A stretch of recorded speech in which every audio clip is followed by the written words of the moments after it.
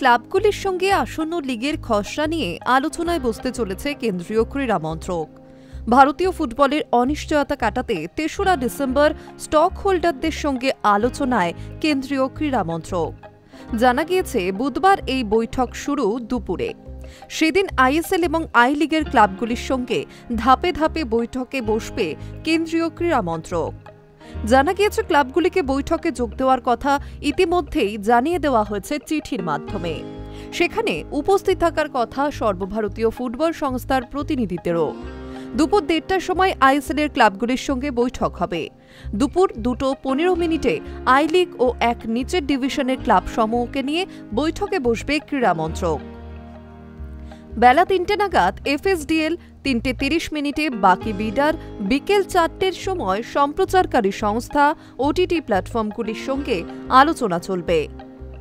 বিকেল ৪:৩০ সকল স্টেক হোল্ডারদের সঙ্গে একত্রে বৈঠকে বসবে কেন্দ্রীয় ক্রীড়া মন্ত্রক। পরিস্থিতি যেমনটা ছিল তাতে খুব দ্রুতই হয়তো আইএসএল আই লিগ ক্লাবগুলির সঙ্গে আলোচনায় বসে সমস্যা সমাধানের কথা ছিল ভারতীয় ফুটবল ফেডারেশনের।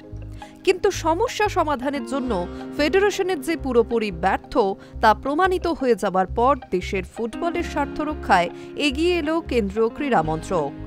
কারণ এর আগেও ক্লাবগুলির সঙ্গে আলোচনায় বসে কাজের কাজ কিছুই করতে পারেননি ফেডারেশন কর্তারা।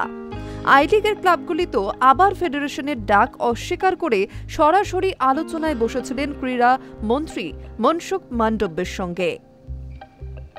সেখানে কেন্দ্রীয় ক্রীড়া সচিবও উপস্থিত ছিলেন, যেখানে ফেডারেশনের শীর্ষ কর্তাদের বিরুদ্ধে একাধিক অভিযোগ আনেন আই লিগ ক্লাব প্রতিনিধিরা। ফুটবল বিশেষজ্ঞরা মনে করছেন এরপরই ফুটবল নিয়ে জট খোলার ব্যাপারে আগ্রহী হয়ে ওঠে কেন্দ্রীয় ক্রীড়া মন্ত্রক। আর সেই কারণেই আইএসএল এবং আই লিগ ক্লাবগুলির সঙ্গে আলোচনায় বসার পরিকল্পনা। কিছুদিন আগেই সুপ্রিম কোর্টে শুনানির সময় সলিসিটর জেনারেল তুষার মেহতা জানিয়েছিলেন কেন্দ্র এই সমস্যা নিয়েই ওয়াকিবহাল। তারপরেই সুপ্রিম কোর্ট জানিয়ে দেয় ২ সপ্তাহ পরে এই ইস্যুতে কেন্দ্রের বক্তব্য শুনবে সুপ্রিম কোর্ট। নিজেদের বক্তব্য সুপ্রিম কোর্টে পেশের আগে আইএসএল এবং আই লিগ আয়োজন নিয়ে বিভিন্ন প্রাইভেট সংস্থার সঙ্গে কথা বলছে কেন্দ্রীয় ক্রীড়া মন্ত্রক। বিভিন্ন সংস্থার থেকে আইএসএল এবং আই লিগ কিভাবে করা সম্ভব তা নিয়ে খসড়াও চাওয়া হয়েছে। এবার দেশের লিগ চালু করার জন্য প্রয়োজনীয় পদক্ষেপ নিতে চলেছে কেন্দ্র। সেই কারণেই আইএসএল এবং আই লিগ ক্লাবগুলির সঙ্গে লিগের খসড়া নিয়ে আলোচনায় বসতে চলেছেন ক্রীড়া মন্ত্রকের কর্তারা। Hi news network.